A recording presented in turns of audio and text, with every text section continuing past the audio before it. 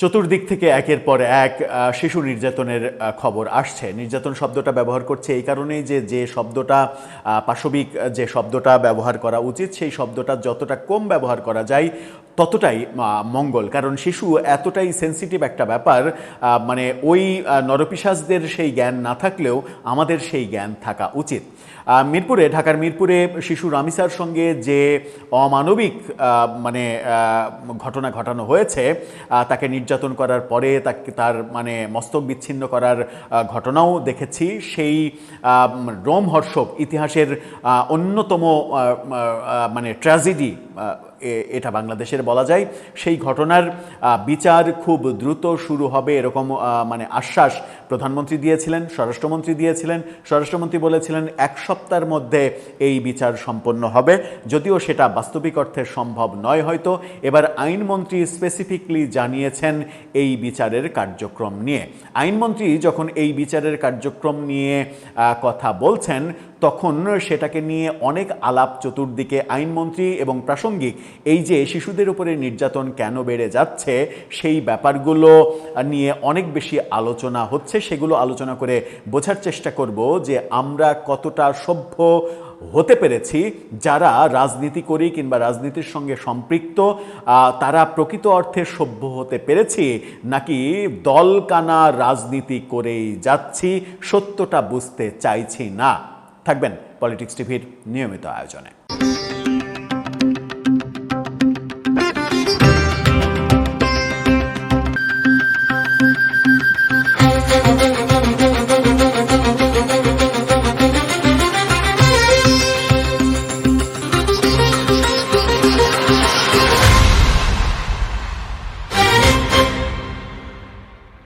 দর্শক, বলছিলাম ঢাকার মিরপুরে শিশু রামিসার কথা। আইনমন্ত্রী নিশ্চিত করেছেন যে ঈদের পরে প্রথম কার্যদিবসে সেদিন থেকেই রামিসার এই ঘটনার বিচার শুরু হবে এবং প্রত্যাশা করা হচ্ছে যে জুন মাসের মধ্যেই এই বিচার সম্পন্ন হবে এবং বিচার কার্যকর করা হবে। এখন ঘটনাটা কোন দিকে যাচ্ছে, আইনমন্ত্রী কি বলছেন শিরোনামটা দেখে নিন। তিনি বলছেন 1 জুন থেকে রামিসা হত্যার বিচার শুরু। আইনমন্ত্রী রাজধানী পল্লবীতে যে শিশু রামিসা সেই ঘটনার 1 জুন থেকে বিচার শুরু হবে বলে নিশ্চিত করেছেন। চুয়াডাঙ্গা সার্কিট হাউজের একটা অনুষ্ঠানে এই কথা বলেছেন তিনি। বলেছেন নারী ও শিশুদের প্রতি সহিংসতা সংশ্লিষ্ট যেসব বিচারিক আদালত রয়েছে সেই আদালতগুলো ছুটির বাইরে রাখার জন্য সরকার সুপ্রিম কোর্টের সাথে পরামর্শ করেছে। সুপ্রিম কোর্ট সিদ্ধান্ত নিয়েছেন সেই আদালতগুলো খোলা থাকবে। তিনি আরও বলেছেন রামিসার মামলায় 24 ঘন্টার মধ্যে আসামির জবানবন্দি দিয়েছে। 1 সপ্তাহের মধ্যে মামলার চার্জশিট হয়েছে। 1 জুন থেকে রামিসার বিচার শুরু হচ্ছে। মামলাটি বিচারের প্রক্রিয়া এগিয়ে যাচ্ছে। ঝিনাইদহে এনসিপি নেতার যে ঘটনা ঘটেছে, নাসিরুদ্দিন পাটোয়ারি মানে তার নির্বাচনী আসনে, আইনমন্ত্রীর নির্বাচনী আসনে নাসিরুদ্দিন পাটোয়ারির উপরে যে ডিম নিক্ষেপ করা হয়েছে সেই ঘটনা বলেছেন যে এটা অনাকাঙ্ক্ষিত, এটা প্রত্যাশিত নয়, এরকম ঘটনা ঘটা উচিত নয়। কিন্তু ওই ঘটনার পুরো দায় আইনমন্ত্রীকে দিচ্ছেন এনসিপি নেতারা এবং আইনমন্ত্রীর পদত্যাগও চাচ্ছেন। রামিসার এই ঘটনা দ্রুত সরকার বিচারের দিকে নিয়ে যাচ্ছে, এটা একটা সুখের খবর। কিন্তু এই সুখটা নিমিষেই নষ্ট হয়ে যায় যখন আমরা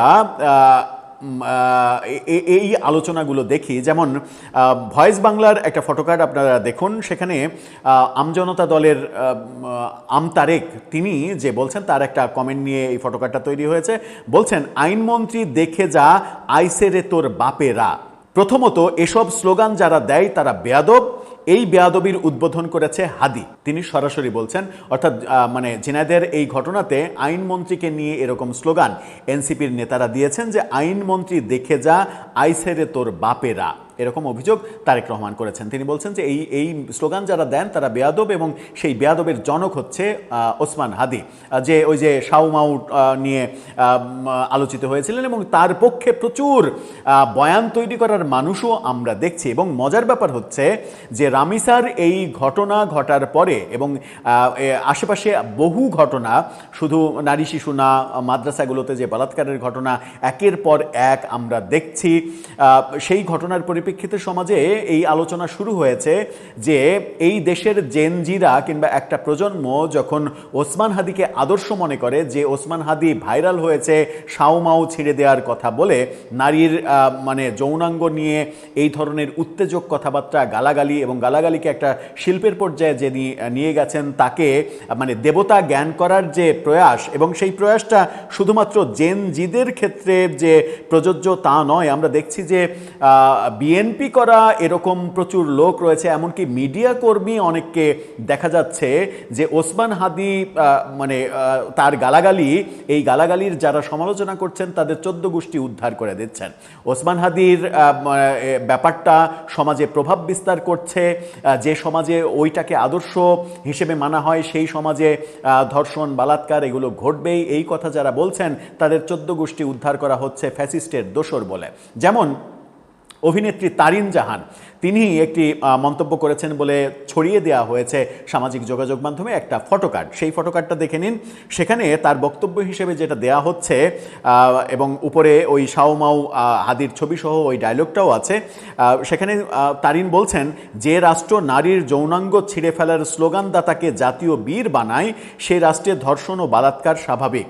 তারিন জাহানের নামে এই ফটোকার্ডটা প্রচার করা হচ্ছে, এবং বিএনপির অনেক অ্যাক্টিভিস্টে দেখছি যে এটা নিয়ে তারিন জাহানের 14 গোষ্ঠী উদ্ধার করে দেওয়া হচ্ছে, এবং তারিনের ব্যক্তিগত চরিত্র নিয়েও কথা বলা হচ্ছে। হ্যাঁ, বলতেই পারেন, আপনারা বলতেই পারেন, কিন্তু যখন রামিসার কাণ্ড নিয়ে এটা বলা হচ্ছে, তখন সরকার যখন রামিসার ব্যাপারে বিচার নিয়ে অনেক বেশি সোচ্চার এবং সমাজে এই ঘটনাগুলো যেন না ঘটে তার জন্য সরকার পদক্ষেপ নিচ্ছে, সরকারি দলের নেতাকর্মীরা যদি এই ব্যাপারটা না বোঝে যে রামিসার এই ঘটনাটা এতটা সেন্সিটিভ যে সাউমাউ হাদির পক্ষে বয়ান তৈরি করা আপনাদের কাজ হতে পারে না।